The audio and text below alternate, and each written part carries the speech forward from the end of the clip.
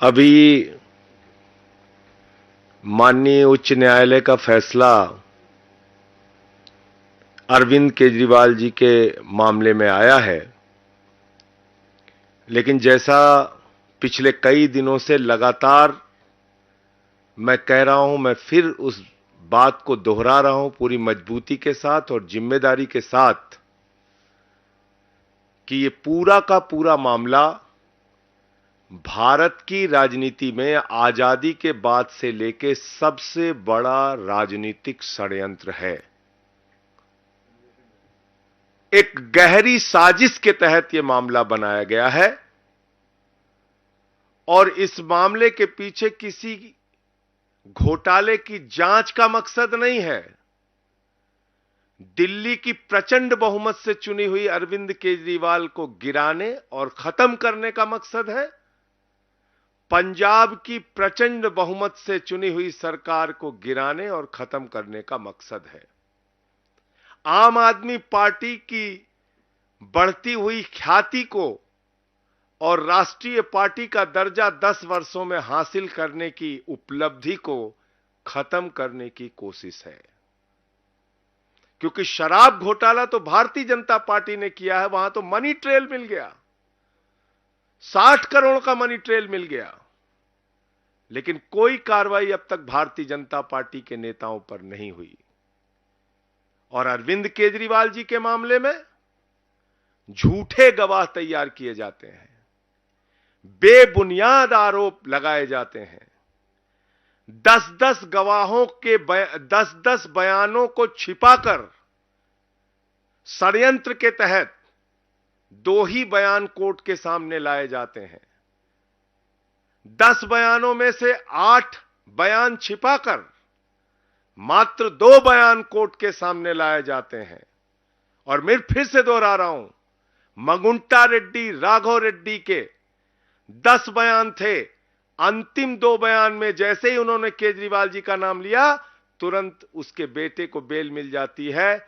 और मंगुंटा रेड्डी कौन है? आज की तारीख में वो एनडीए का प्रत्याशी है। आंध्र प्रदेश में नरेंद्र मोदी जी की तस्वीर लगा के वोट मांग रहा है, जिसके ऊपर भारतीय जनता पार्टी और ईडी ने शराब घोटाले का आरोप लगाकर उसकी जांच शुरू की थी।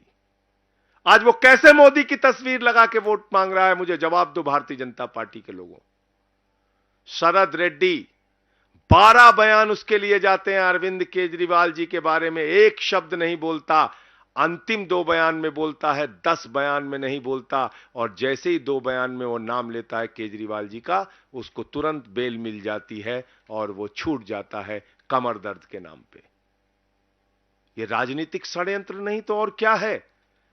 चंदन रेड्डी नाम के एक गवाह का कान का पर्दा फाड़ दिया गया, हाई कोर्ट में उसने अपील की। समीर महेंद्रू पे दबाव बनाया गया, अरुण पिल्लई पे दबाव बनाया गया, गवाहों को डराया गया, धमकाया गया। और तब यह पूरा मामला केजरीवाल जी के खिलाफ तैयार किया गया।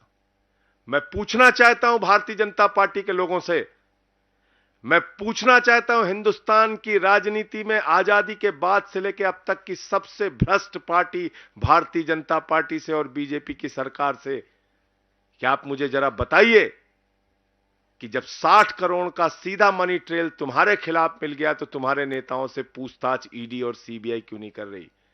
क्यों नहीं अब तक एलजी ने चिट्ठी लिखी, जांच की? क्या कारण है कि इलेक्टोरल बॉन्ड में इतना हजारों करोड़ का घोटाला सामने आने के बावजूद, जिस कंपनी का मुनाफा 0 है, जिस कंपनी का मुनाफा घाटे में है, मुनाफा तो छोड़िए, जो कंपनी घाटे में चल रही है वो सैकड़ों हजारों करोड़ रुपए आपको चंदा दे रही है। जो फर्जी कंपनियां कागजों में बनी हैं वो सैकड़ों हजारों करोड़ रुपए भारतीय जनता पार्टी को चंदा दे रही हैं। कहां income tax department, CBI, ED क्यों नहीं जांच करती भारतीय जनता पार्टी के नेताओं की? क्यों नहीं पूछताछ होती उनकी? क्यों नहीं गिरफ्तारी होती नहीं उनकी? क्यों नहीं छापे पड़ते उनके यहां? तो इसलिए मैं फिर दोहरा रहा हूं कि यह पूरा का पूरा मामला एक गहरी राजनीतिक साजिश के तहत अरविंद केजरीवाल जी के खिलाफ बनाया गया है। और जो बयान केजरीवाल जी के पक्ष में थे वो बयान ईडी ने जानबूझकर भारतीय जनता पार्टी और सरकार के इशारे पर राजनीतिक साजिश के तहत कोर्ट के सामने रखा ही नहीं बयान। तो जब सारे साक्ष्य आप कोर्ट के सामने नहीं रखेंगे तो कैसे न्याय मिलेगा? उस काम में हमारे जो केजरीवाल साहब के वकील हैं वो लगे हुए हैं और लगातार न्यायालय इस बात को देख रहा है। वकील सारे कागजात के इंस्पेक्शन कर रहे हैं। मुझे पूरी उम्मीद है कि माननीय सर्वोच्च न्यायालय से जल्द ही अरविंद केजरीवाल जी को न्याय मिलेगा, क्योंकि देखिए न्याय की प्रक्रिया है और न्यायिक प्रक्रिया में कई बार विलंब होता है। पीएमएलए एक्ट में बहुत सारी जटिलताएं हैं, जिसमें जमानत मिलने के प्रावधान कठिन है, मुश्किल है, और उसके साथ जब आप साक्ष्य ही पूरे नहीं रखेंगे तो कोर्ट के सामने पूरी बात आ नहीं रही है। 20,000 पन्ने अनरिलाइड डॉक्यूमेंट में रखे गए हैं। मैं सभी पत्रकार मित्रों को बताना चाहता हूं, ईडी ने 20,000 पन्ने अनरिलाइड अपॉन डॉक्यूमेंट में रखे हैं, यानी कि 20,000 कागजात छिपाए गए हैं, यानी कि 20,000 कागजात ईडी कह रही है इस पे हमें भरोसा नहीं है। जबकि सेक्शन 50 पीएमएलए में तो आप झूठा बयान ले ही नहीं सकते। सबसे पहले बताया जाता है सेक्शन 50 पीएमएलए में कि देखो भाई, झूठी गवाही दोगे तो तुम्हारे खिलाफ कार्रवाई होगी।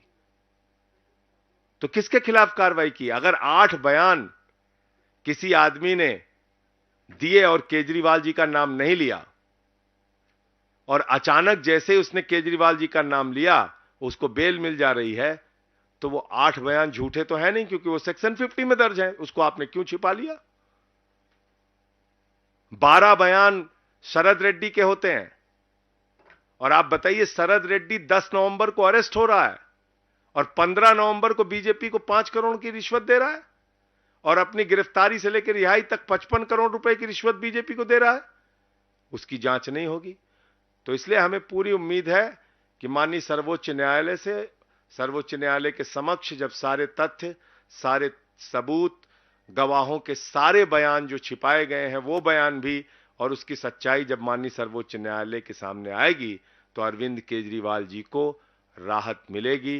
वो पूरी तरह से निर्दोष साबित होंगे और वो जल्द ही बाहर आएंगे। ये हमारा भरोसा है, यकीन है। गवाहों को मार पीट के बयान लिए गए हैं, ये ऑन रिकॉर्ड चीजें हैं। हाई कोर्ट तक में उन लोगों ने अपील की है, ये ऑन रिकॉर्ड चीजें हैं, ये कुछ छिपी नहीं है। और कोर्ट के फैसलों में कई बार ऐसा होता है, लोअर कोर्ट का फैसला हाई कोर्ट बदल देता है, हाई कोर्ट का फैसला सुप्रीम कोर्ट बदल देता है, सुप्रीम कोर्ट के 2 जजों का फैसला 3 जजों की बेंच बदल देती है, 3 जजों का फैसला 5 जजों की बेंच बदल देती है, 5 जजों का फैसला 7 जजों की बेंच बदल देती है। और हमारे देश में तो ऐसी सरकार है प्रधानमंत्री नरेंद्र मोदी जी की, जो 5 जजों की संवैधानिक खंडपीठ, संविधान पीठ के फैसले को संसद के अंदर बदल देती है। आपको याद ही होगा, 5 जजों ने फैसला दिया था दिल्ली सरकार के पक्ष में कि सर्विसेज उनके पास होनी चाहिए। बावजूद इसके देश के तानाशाह प्रधानमंत्री ने, देश की तानाशाह सरकार ने दिल्ली के पक्ष में दिए गए, अरविंद केजरीवाल जी के पक्ष में दिए गए, लोकतंत्र और संविधान के पक्ष में दिए गए, प्रचंड बहुमत से चुनी हुई सरकार के पक्ष में दिए गए फैसले को, 5 जजों के सुप्रीम कोर्ट के फैसले को संसद में बदल दिया। जब चुनाव आयुक्तों के नियुक्ति की प्रक्रिया में मुख्य न्यायाधीश को रखा गया तो प्रधानमंत्री जी ने कहा और भाजपा की सरकार ने कहा कि नहीं, चुनाव आयुक्तों की नियुक्ति तो हम करेंगे, और सुप्रीम कोर्ट के फैसले को संसद के अंदर बदल दिया गया। तो है कई बार कानूनी प्रक्रियाओं में। और इस देश के अंदर आपको जानकारी के लिए बता दूं, 80% अंडर ट्रायल है। कोई 10 साल से अंडर ट्रायल है, कोई 5 साल से अंडर ट्रायल है, कोई 3 साल से अंडर ट्रायल है। कई बार न्याय मिलने में विलंब हो जाता है, लेकिन इस मामले में मुझे पूरा यकीन और भरोसा है। मैं फिर दोहरा रहा हूं, अरविंद केजरीवाल जी जल्द ही निर्दोष साबित होंगे, जल्द ही सुप्रीम कोर्ट से, आगे की कोर्ट से उनको राहत मिलेगी, वो बाहर आएंगे। आपके कोई प्रश्न हो तो आप जरूर पूछ सकते हैं।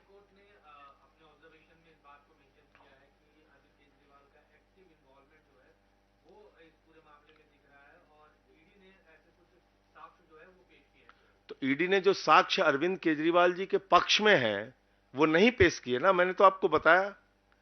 ये पता कैसे चला? ये कैसे पता चला कि वो साक्ष्य नहीं रखे हैं? खुद ईडी ने कहा कि मंगुंटा रेड्डी, राघव रेड्डी के 10 बयान, 8 बयान अनरिलाइड अपॉन डॉक्यूमेंट में। हमारे वकीलों ने कहा कि भाई अनरिलाइड अपॉन डॉक्यूमेंट में क्यों रखा है आपने? 8 बयान अगर आपने दो गवाहों के दर्ज किए, जो आरोपियों के दर्ज किए, जो सरकारी गवाह बने, तो आपने उसको अनरिलाइड अपॉन डॉक्यूमेंट में क्यों रख दिया? छिपा क्यों लिया? भाई ईडी का दफ्तर कोई म्यूजियम तो है नहीं। ईडी का दफ्तर कोई रद्दी की टोकरी की जगह तो है नहीं कि वहां पे आप कागज इकट्ठा कर रहे हैं, रख रहे हैं। आपने कागज इकट्ठा किया है किसी को दोषी साबित करने के लिए ना, तो सारे कागजात आप माननीय न्यायालय के सामने रखिए। क्यों नहीं रखा आपने? तो कोर्ट ने कहा अभी इसी मार्च में, आप सबकी जानकारी के लिए बता दूं, इसी मार्च में ऑर्डर हुआ पिछले महीने कि भाई जो आरोपी का अधिकार है कि उसके खिलाफ जितने भी साक्ष्य आपने रखे हैं, इकट्ठा किए हैं, वो उनके वकीलों को दिखाइए। तब वकील गए हमारे, उन्होंने देखा, वो हैरान हो गए। मतलब एक ही आदमी के आपने 7 बयान लिए, 6 बयान में राघव रेड्डी ने नाम नहीं लिया, 6 आपने छिपा लिया, 1 दिखा दिया। एक ही आदमी के 3 बयान मंगुंटा रेड्डी के आपने लिए, जो इस समय मोदी की तस्वीर लगा के वोट मांग रहा है, सोचिए आप। 2 बयान आपने छिपा लिए, 1 बयान जिसमें केजरीवाल का नाम लिया, वो रख दिया कोर्ट के सामने। और तुरंत ही जैसे केजरीवाल जी का नाम वो ले रहा है, उसकी बेल हो जा रही, जमानत हो जा रही राघव रेड्डी की। इसी तरीके से शरद रेड्डी का मामला है। 12 बयान उसने दिए, 10 बयानों में केजरीवाल जी का नाम नहीं लिया। अब 6 महीने उसको जेल में रखा। अब हर आदमी संजय सिंह तो है नहीं, 6 महीने में टूट गया वो।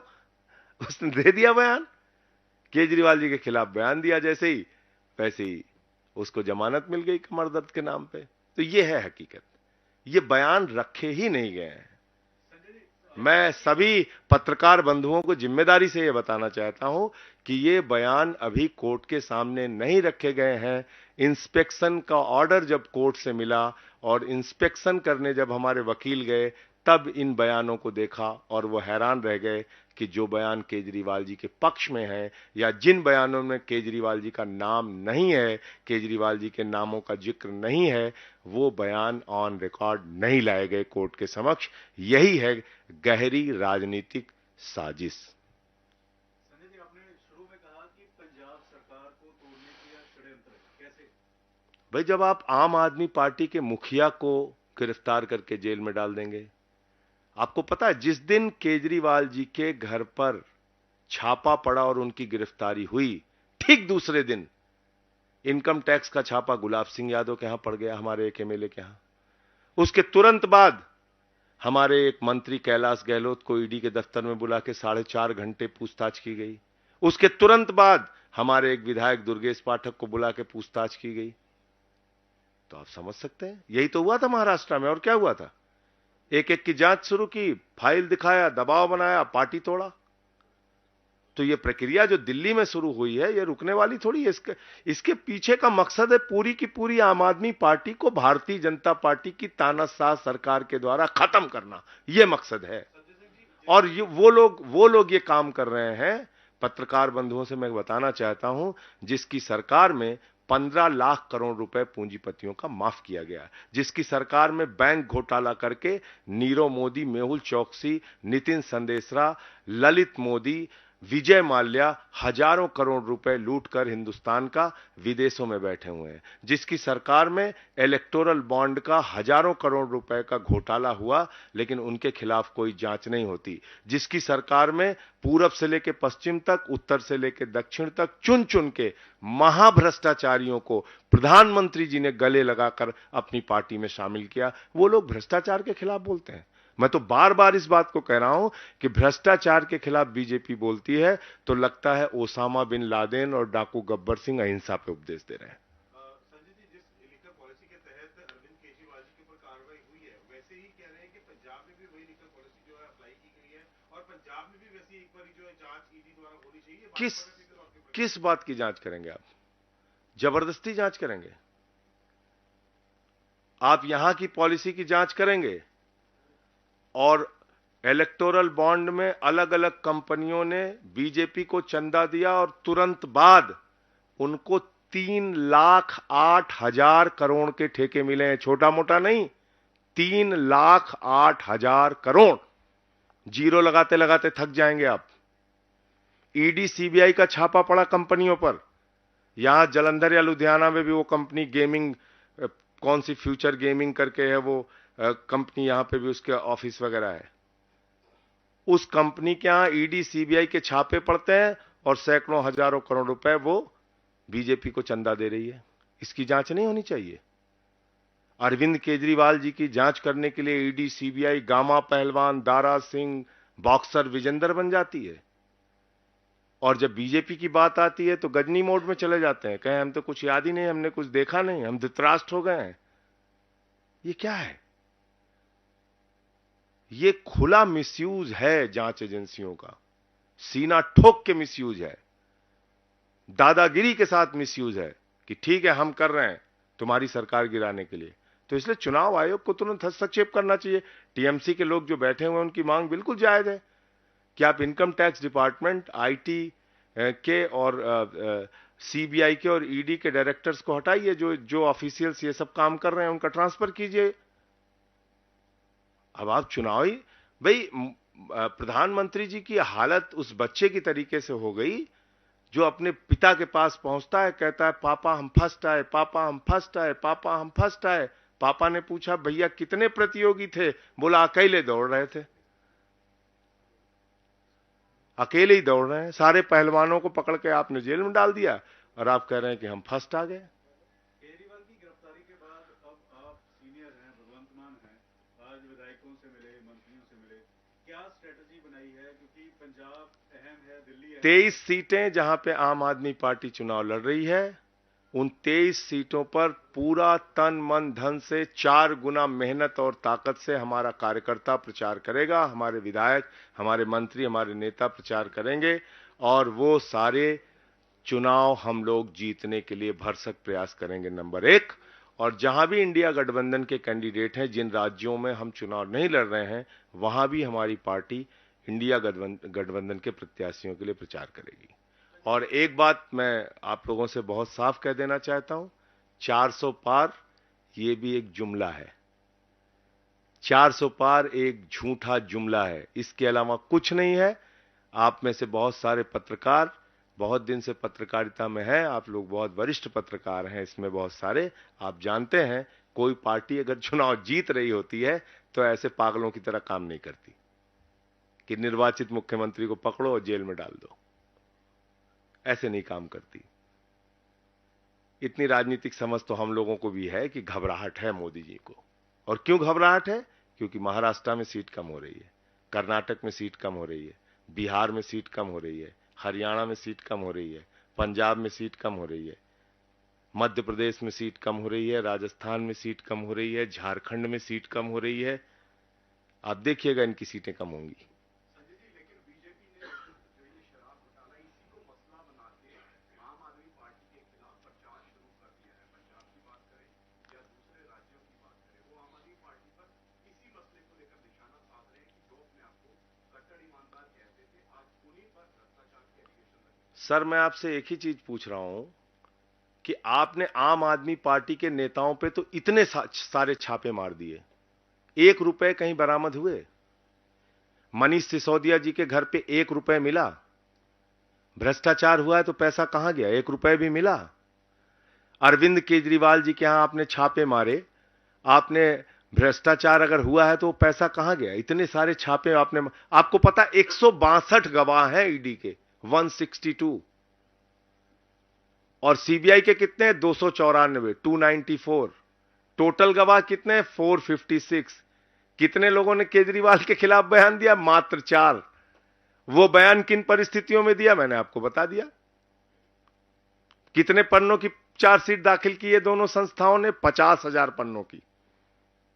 कब तक ये गवाही चलेगी, कब तक उनकी पूछताछ चलेगी, कब तक ये ट्रायल इसका शुरू करेगा? 2 साल से जांच चल रही है, ट्रायल नहीं शुरू हुआ, अब तक